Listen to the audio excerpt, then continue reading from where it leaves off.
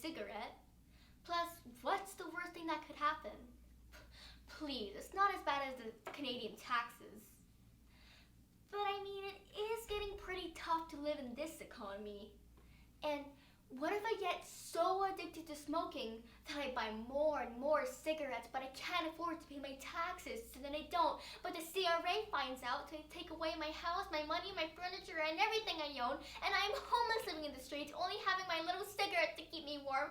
And every day I discover that rock bottom has a basement, so I end up killing myself and die. Why go through all this and can't just kill myself? Ladies and gentlemen, students and teachers, they, thems, zhezhers, and all the colors of the rainbow, my speech is about suicide, but more specifically, talking about suicide to little kids, because I find that more kids need to learn and understand more about it. So, why is the discussion around suicide to little children so dead? Let me share something with you. The Mental Health Commission of Canada dedicated a whole website for parents and guardians to help kids age 12 and under who are dealing with suicide. That shows that there are some kids out there who are very young and could benefit from a discussion about it. By the time you're in middle school, teachers should already be talking about warning signs. By high school, they'll know multiple people with a mental health issue. Just look at everyone in my class, including me. That means we should talk about it before we reach high school.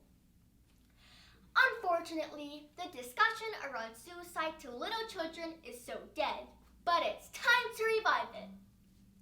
Although suicide is a harsh topic, it can still be explained to young children.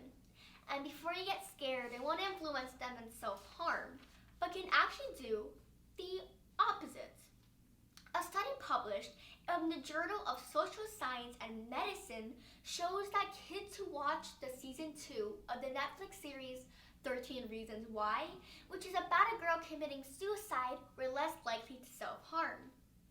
Talking about suicide to younger children should be more common and not a topic to be frowned upon, as if we're talking about the forbidden sport, tonsil tennis. And that's a fancy word for spicy French kissing. Yes, the discussion around suicide to younger children is so dead, but it's time to revive it. So, here's some advice about talking about suicide to different ages. If you're talking about suicide to a preschooler, the best thing you can do is be honest, but don't share any more details than what they need for their understanding. The Verywell Family website suggests saying something like, when a brain gets too sick, it can make some people not want to live anymore. Another advice I'll give you is that if you do end up talking about suicide to an elementary student, touch up on the fact that the parent who lost their child due to suicide is really grieving and how it's okay to be sad.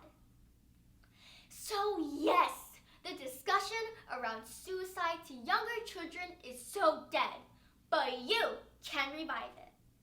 In conclusion, children should learn more than just how to click like and subscribe and to remember to click the notifications bell, but also learn more about things such as depression, suicide, mental health issues, and most importantly, remember, even 5 jobs a day doesn't keep the CRA away.